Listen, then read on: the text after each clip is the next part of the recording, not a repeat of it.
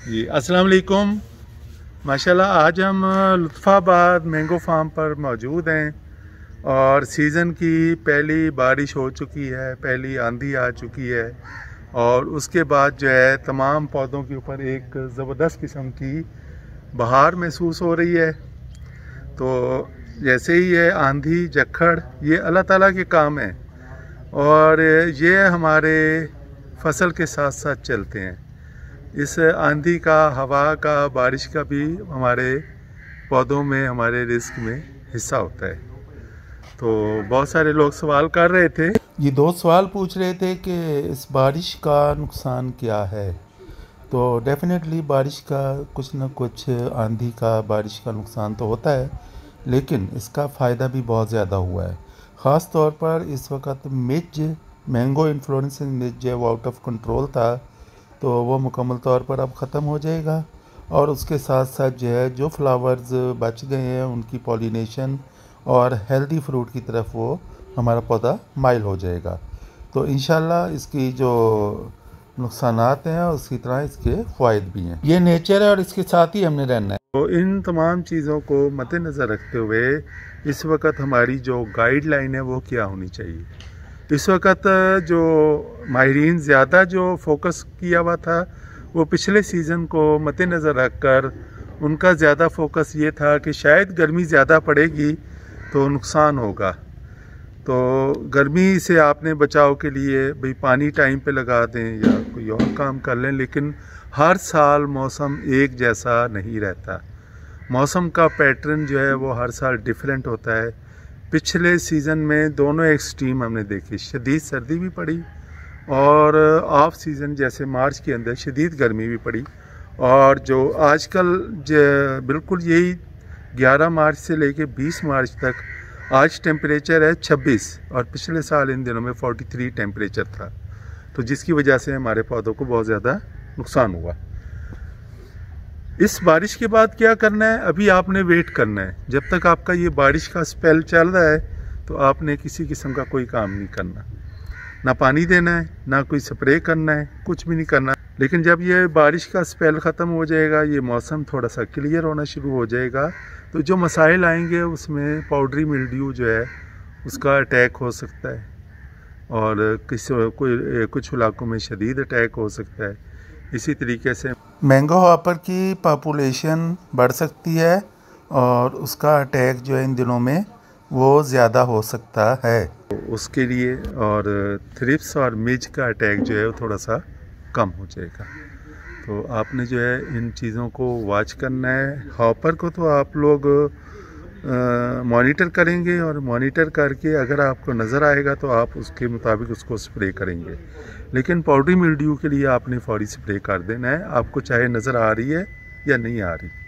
तो आपने भले 2 दिन पहले स्प्रे किया था या 3 दिन पहले, लेकिन जैसे ये बारिश का अब स्प्रे ख़त्म हो गया तो आपने इसको स्प्रे टोटल अपने आर्चर्ड को स्प्रे कर देना है। इसी तरीके से बटूर को भी हमने साथ के साथ ख़त्म करना है और ये वक्त है इस वक्त बटूर को काट के और ज़मीन में दबाने का। प्लांट प्रोटेक्शन वो आपके ना सिर्फ फसल के लिए ज़रूरी है बल्कि आपके पौधे के लिए भी ज़रूरी है।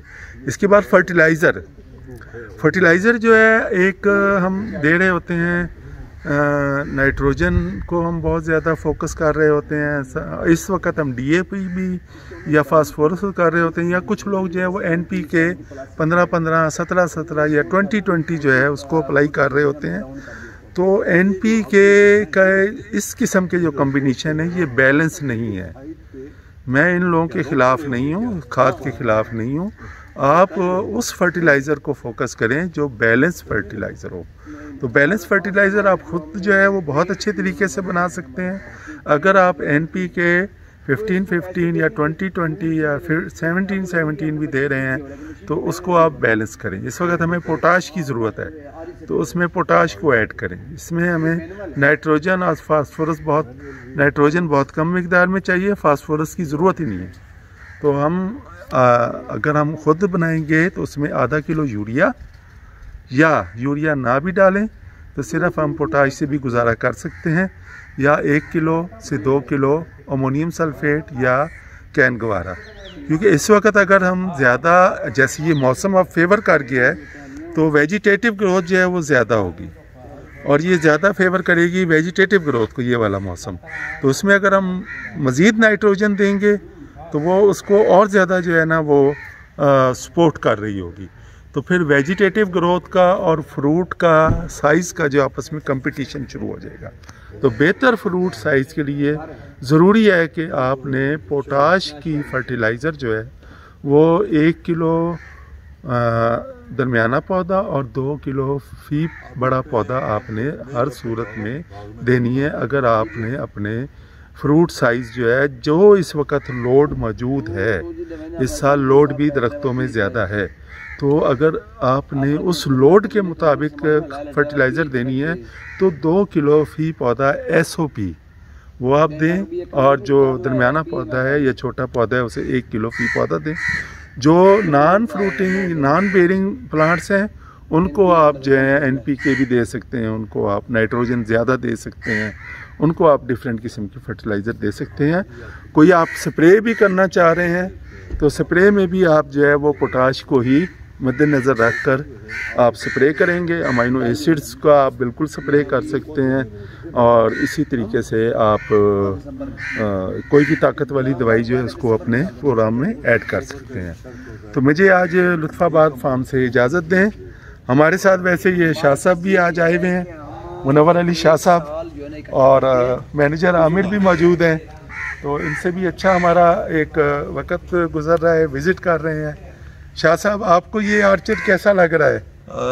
साईं राणा साहब, आप ये आर्चर्ड बहुत प्यारा है मेजर साहब का, और इसके एक पेड़ में भी मुझे कोई ऐब नज़र नहीं आ रहा है। इसकी तनों की जो सफाई है और इसकी फोलिएज जो है, और आपने जैसे मुझे बताया कि इसकी टॉपिंग की हुई जो हमें महसूस भी नहीं हो रही है, ये बड़ा काम है। ये ऐसे आर्चर्ड देखने से इंसान को पता पड़ता है कि मेहनत क्या चीज़ होती है। मैं दुआ करता हूँ कि अल्लाह ताला मेजर साहब को ये ऐसी बरकत डाले इन चीज़ों में, और आपकी भी इसमें बड़ी कंट्रीब्यूशन है। आप मैं यहाँ आके आपसे मिल के और इस बात को देखकर बहुत खुश हुआ हूँ।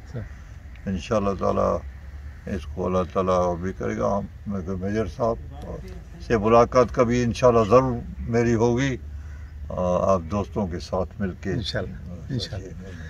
तो ये जैसे शाह साहब को हमने बताया था, यहाँ पे हमने टॉपिंग की थी और तकरीबन 10 से 15 फुट फी पौधा और 20 फुट तक भी हमने इसकी हाइट को कम किया था।